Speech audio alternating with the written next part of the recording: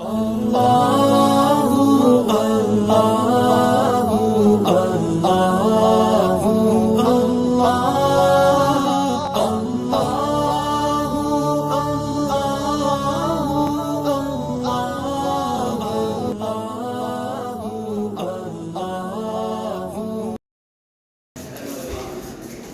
अलैकुम वरहमतुल्लाहि वबरकातुह।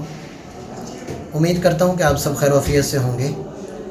आज की इस मुख्तसर वीडियो में मैं एक इंतहाई अहम मौजू आप हज़रात की खिदमत में पेश करना चाहता हूँ, बिलख़ुसूस उन लोगों के लिए जो मुख्तलिफ़ स्कूल व कॉलेजेस और मदारिस के अंदर तकरीरी मुकाबले के लिए तलबा को तैयार करते हैं। तो तकरीरी मुकाबले के अंदर मवाद कैसा होना चाहिए और क्या क्या चीज़ें उसमें अहम होती हैं जिनको हम देख कर चलते हैं और एक तालिब इल्म या हमारे पास पढ़ने वाला बच्चा वो एक आला पोजीशन पर या आला सतह पर अपनी पोजीशन लेता है। उसके हवाले से आज हमने कुछ चीज़ें ज़िक्र करनी है। पिछले साल हमें अल्हम्दुलिल्लाह आल पंजाब तकरीरी मुकाबला इनेकाद करने का मौका मिला, जिसमें बहुत सारे स्कूल व कॉलेज, यूनिवर्सिटीज़ और इसी तरह मदारिस के ख़ास तौर पर तलबा ने शिरकत की। तो हमें बहुत सारी चीज़ें, चूँकि हमारे यहाँ मुस्तकिल एक सिलसिला भी इसका शोबा भी चल रहा है, तो जो चीज़ें अब तक हमारे तजर्बात में आई हैं वो आप हज़रात से शेयर करनी हैं और उनको हमने देखना है कि वो कौन सी अहम चीज़ें हैं कि तकरीरी मुकाबले के अंदर एक मुकर्रिर या एक ख़तीब या एक बयान करने वाले की चीज़ों को देखा जाता है। जो मुनसिफ़ीन हज़रात होते हैं वो किन किन चीज़ों को ज़्यादा गौर से देखते हैं और जिनकी बुनियाद पर वो तालिब इल्म को पहली, दूसरी या तीसरी पोजीशन या उसे कौन सी ऐसी वजूहात है जिसकी वजह से उसे पोजीशन से महरूम कर देते हैं। तो ज़हन में रखिए कि जो इसको मैं तरतीब से आपके सामने ज़िक्र करता हूँ। सबसे पहले जो बुनियादी तौर पर चीज़ है, तो जो तकरीरी मुकाबले का जो उन्वान दिया गया है, आपकी तकरीर उस उन्वान के बिल्कुल मुवाफ़िक़ हो और मुताबिक़त रखती हो। यानी जो आपका मवाद है तकरीर का, वो जो उन्वान दिया गया है तकरीरी मुकाबले का, उसके बिल्कुल मुताल्लिक़ा हो। यानी गैर मुताल्लिक़ा अबहास या गैर मुताल्लिक़ा मवाद वो सबसे ज़्यादा अहमियत रखता है। आपने तकरीर जितनी अच्छी मर्ज़ी की हो, ख़िताबत आपकी जितनी ही ज़बरदस्त क्यों ना हो, अगर वो मवाद उस तकरीरी मुकाबले के उन्वान से मुनासबत नहीं रखता है तो आप फिर उसमें कामयाबी नहीं पा सकते हैं। तो सबसे पहली चीज़ क्या हुई कि आपका तकरीरी मवाद जो है वो जो तकरीरी मुकाबले का उन्वान दिया गया है उससे मुवाफ़क़त रखता है, मुनासबत रखता है या नहीं रखता। तो सबसे पहली चीज़ आपने ये बात ज़हन में रखनी है कि सबसे पहले हम देखेंगे कि तकरीरी मुकाबला है किस उन्वान पर, फिर उस उन्वान के तहत जो है वो हम मवाद तैयार करेंगे। दूसरी चीज़ इसमें ज़हन में रखें, ये भी बहुत ज़्यादा अहमियत की हामिल होती है, अल अदा। अदा का मतलब ये है कि अल्फाज की अदायगी, बिलखुसूस इंग्लिश और अरबी के अंदर ख़ास तौर पर इस चीज़ का बहुत अहतमाम रखा जाता है कि आपने तकरीर अरबी में की है, लेकिन क्या अरबी की अदायगी भी थी कि नहीं थी। सीन और स्वाद में फ़र्क कर रहा था या नहीं कर रहा था, ज़ा और ज़ाल में फ़र्क कर रहा था या नहीं कर रहा था, सा और सीन में फ़र्क कर रहा था या नहीं, हा और हा में फ़र्क कर रहा था या नहीं, हमज़ा और आइन के अंदर फ़र्क हो रहा था या नहीं। अगर आपकी अदायगी कमज़ोर है तो आप पोजीशन से महरूम हो जाएंगे। दूसरी चीज़ जो मैंने आपके सामने ज़िक्र की है वो है अल अदा, कि आपकी अदायगी कैसी है, किस एतबार से आप अदा कर रहे हैं अल्फाज को, वो समझना बहुत ज़्यादा ज़रूरी है। इसलिए अरबी की तकरीर है तो कोशिश करें कि इंतहाई अरबी लहजे में बयान करें, और अगर इंग्लिश की है तो फिर इंग्लिश एक्सेंट आपके पास होना चाहिए, उसी लहजे में आप उसे बोलेंगे और तकरीर करेंगे तो तभी आप उस मुकाबले के फ़ाइज़ीन में से शुमार होंगे। तीसरी चीज़ जो है वो नबरातुस सौत है। नबरातुस सौत का मतलब होता है आवाज़ का उतार चढ़ाव। बाज़ औक़ात हमें आवाज़ को ऊंचा करना पड़ता है, बाज़ औक़ात हमें आवाज़ को नीचा करना पड़ता है।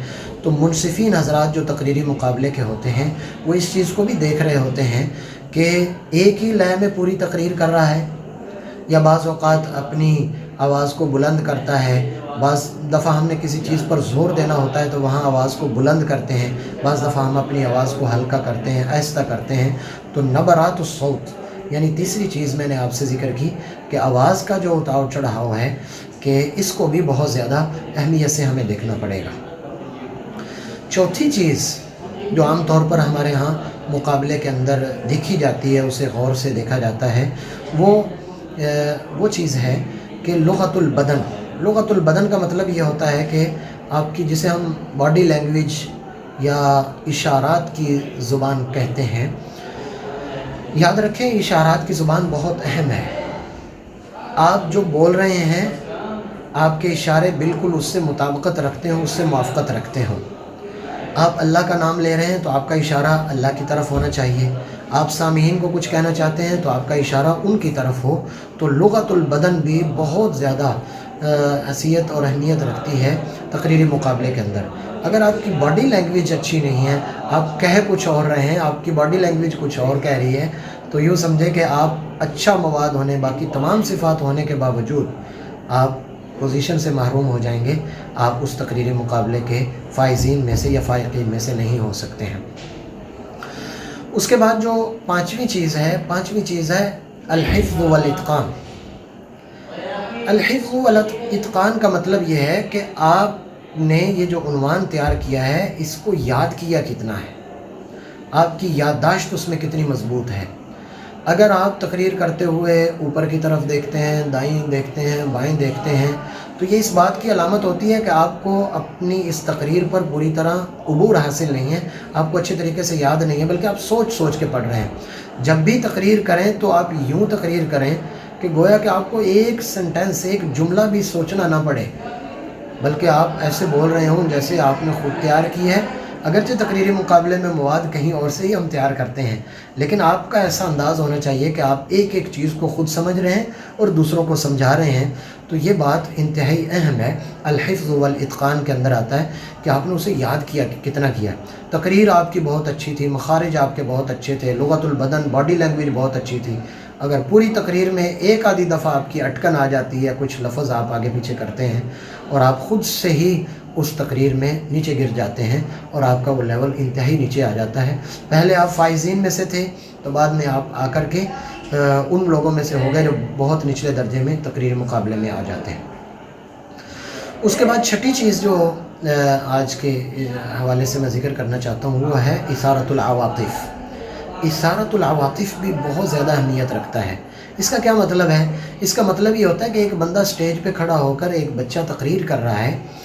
मैं इंशाअल्लाह ताला कोशिश करूँगा कुछ बच्चों की तकरीरें जो हैं वो भी बतौर एग्ज़ाम्पल के, मिसाल के आप हज़रात के सामने ज़िक्र कर दूँगा। कुछ तकरीरी मुकाबले की मैंने इस पर डाली भी हुई हैं पहले। इशारतुल अवातिफ़ का मतलब ये है कि वो जो आप तकरीर कर रहे हैं उसका सामीन पर कितना असर पड़ रहा है, या सामीन बस बोर हो रहे हैं, कोई उधर देख रहा है, कोई उधर देख रहा है, कोई उधर देख रहा है, किसी की तवज्जो उस तरफ है, किसी की तवज्जो उस तरफ है।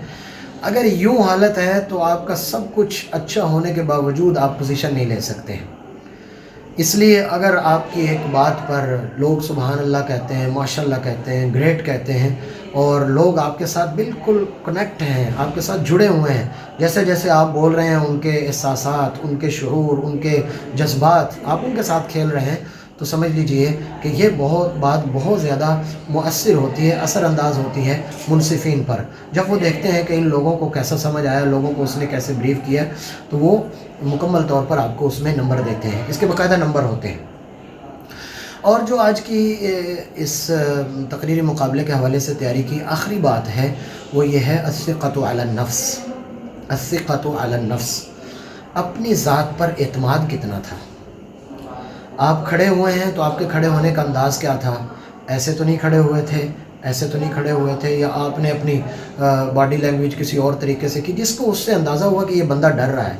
आप स्टेज पे खड़े हुए, आपकी टांगें काँप रही थीं, आप स्टेज पे खड़े हुए और एक ही जगह पर आपने फोकस किया हुआ है, तो ये अलामत होती है कि इसको बंदे को एतमाद नहीं, बल्कि आपको घूमकर दाएं बाएं सामने हर तरफ आपको देखकर तकरीर करना, ये मुनसिफ़ीन के लिए बहुत अहम होता है कि वो समझते हैं कि ये अपनी ज़ात पर, अपनी शख्सियत पर एतमाद रखता है, डर नहीं रहा है इस वक्त।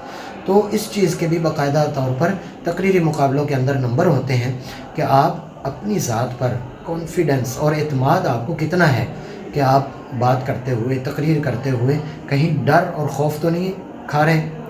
سخت سردی میں اگر آپ کی پیشانی پر پسینہ آ جاتا ہے تو یہ بھی اس بات کی علامت ہے کہ آپ خوفزدہ ہیں۔ سخت سردی کے اندر آپ کا جسم کانپنا شروع ہو جاتا ہے، اور آپ سٹیج پر جیسے ہی کھڑے ہوئے آپ نے واسکٹ بھی پہنی ہے، ساری چیزیں پہنی ہیں، لیکن پھر بھی آپ کا جسم جو ہے وہ کانپ رہا ہے، تو یہ بات اس بات کی علامت ہے کہ آپ کو ابھی تک پوری طرح اعتماد حاصل نہیں ہوا ہے۔ تو یہ تقریباً جو بنیادی چیزیں تھیں جو منصفین مقابلے کے اندر دیکھتے ہیں، وہ میں نے آپ حضرات کے سامنے شیئر کی ہیں اور ذکر کی ہیں۔ اس کو تیار کرنے کا آسان طریقہ یہ ہے کہ بار بار چیزوں کو دہرایا جائے، بار بار ایک لڑکا ایک بار کھڑا ہو، دوسری بار، تیسری بار، چوتھی بار، بار بار اس کو کھڑا کیا جائے۔ اور اگر کچھ اسٹوڈنٹ ہیں، کچھ طلباء ہیں جو سن رہے ہیں اس بات کو، تو ان کے لیے بھی عرض کرتا ہوں کہ بعض دفعہ استاد کی مدد کے بغیر بھی ان چیزوں کو سامنے رکھتے ہوئے ہم تقریری مقابلے کے لیے تیار ہو سکتے ہیں۔ یہ چیزیں سامنے رکھیں، الفاظ کی ادائیگی، ساری چیزیں جو میں نے ذکر کی ہے، میں اس ویڈیو کو لمبا نہیں کرنا چاہتا، یہ ساری چیزیں جو لکھیں ان کو لکھ لیں، اور لکھنے کے بعد آپ شیشے کے سامنے، آئینے کے سامنے کھڑے ہوں اور تقریر کرنا شروع کریں۔